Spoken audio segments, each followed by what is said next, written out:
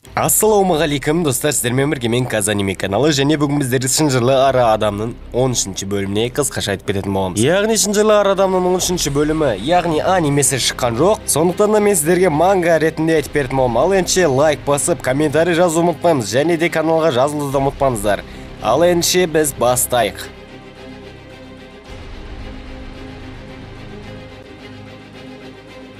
13-ші бөлімнің басы 1-ші бөлім секілді басталады, бірақ есіктің артынан бір Денджи деген дыбыс естіледі. Яғни Денджиді есіктің артынан біреу шақырып тұрады. Есіктің арт жағынан Денджи, бұл есікті ашып кірме деген дауыс шығады. Бұл дауыстың бәрін Потита айтып отқан шығар деп Денджи ойланып тұрып қалады. Сөйтсе бұл Денджидің түсі болып шығады. Аки және Денджи және Пауэр үшеуі жатқан жерінен көрсетеді. Яғни олар түні бойы ішкен. Осы кезде Пауэр оянып кетеді. Денджи маған қорқынышты түстер көрінді деп Пауэрға қарап қалып зәресі қалмай қалады. Денджи бұны көріп түсін ба деп тұрған кезде Пауэр оны ұрып қабырғаға жабыстырып жібереді. Денджи ырсылдап жерге отыра қалады. Бұл түс емес екен ғой деп. Ал Пауэр болса өзінің күшті болғанына қуанып кетеді. Пауэр мен Денджи Макимаға барады. Макима Пауэрдің көп қаншық болғанын айтады. Макима Пауэрге көп қан алу керек екенін айтады. Денджи түсінбей қалады әрине. Пауэрдің қазірдің өзіне мақтаншақ және өзімшіл болғанымен, егер ол көп қаншық болса, тіпті одан сайын өзімшіл және мықты болып кетеді дейді. Сондықтан да Пауэрдің үнемі қаналып тұратынын айтады. Макима Денджидан Пауэрді алып кететінін туралы айтады. Денджи мен қарсы емеспін, ол сіздікі деп айтады. Сосын Денджимен бірге жұмыс жасағысы келіп отқан бір кісі бар екен. Яғни сіздердің соңғы 12-ші бөлімнен көрген Акула бөлек екен.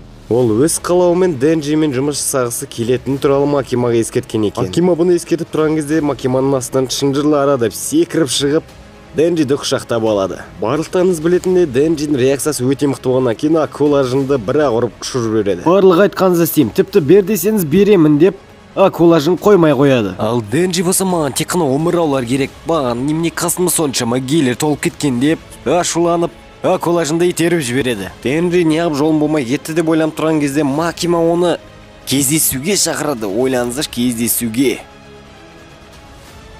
Макима мен Денджи кездесуге кинотеатрға барады. Және Макима бірінші рет көйлекпен келеді. Оған Денджи плотно басы кетеді.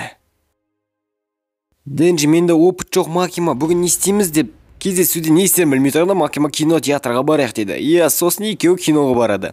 Ал бұл Денджиға мүлдем қызық болмайды. Өйткені Денджидің ойында кездесуден кейін перісу. Білесіздер ғой, бүкіл кино бойы соны ойлап шығады. Сосын екеуі басқа кинолардың барлығын қайта 5-6 рет көріп тастайды. 5-6 киноны бітіріп тастағаннан кейін екеуі отырады. Екеуі осы болған соңғы киноны көрейік деп шешеді. Бұл кино өте әсерлі болып шықты. Асында менің эмоциям жоқ деп отқан Денджи жылап жібереді. Денджидің бар ойлағаны Макима менің жылағанымды көрмесе екен деп, бірақ Макимаға қарса Макима аңырап отыр екен. Кино өте әсерлі болғандықтан екеуінің әңгімесі әкетеді. Сол кезде Денджи, менің жүрегім бар ма, қалай ойлайсың деп сұрайды Макимадан. Осы сәтті Денджиді Макима тақсылап тұрып кеудесіне құлағын қойып естиді. Макима бар деп жауап берген кезде Денджидің жүрегі қатты соға бастайды.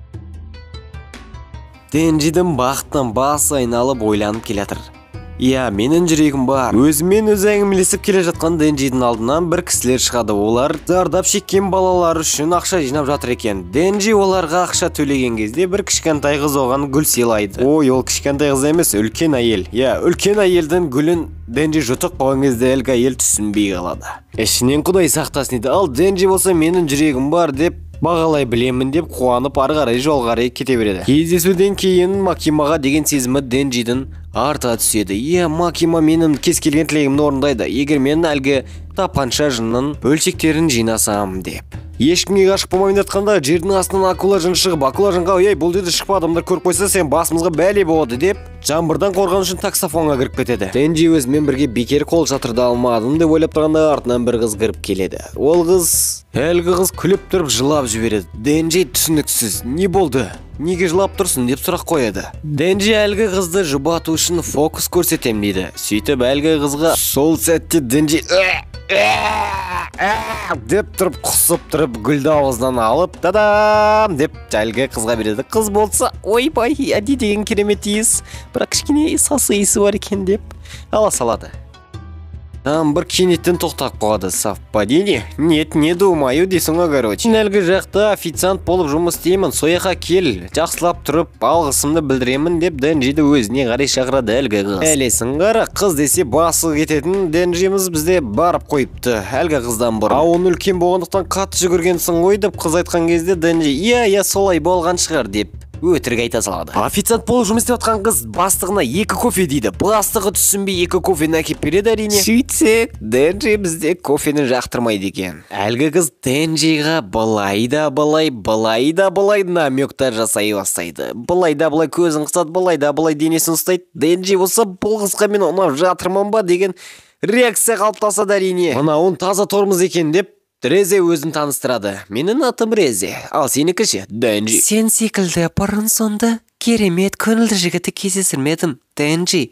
Деген кезде Денджидің жүрегі тағы да қаты дүрсілдеп соға бастайды. Сонда бұл Денджи өзінің құрбан болғанын түсіне бастайды. Яғни Денджи екінші қызға ғашық болып қалды.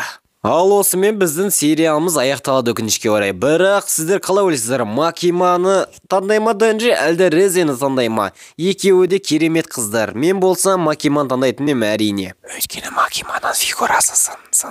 Иә, келесі бөлімде не болды деп ойлайсыздар? Манга оқығандар әрине біледі, бірақ манга оқымағандар үшін өте қызық болайын деп тұр. Сондықтан да сіздермен өтініп сұрайын, комментарий жазып, лайк басып кетіңіздер. Өйткені бұл сериалымыз рекке шықсын. Сондықтан да лайк басып, комментарий жазып, каналға жазылып отпаңыздар. Сіздермен болған мен Казаниме қоштаспаймыз.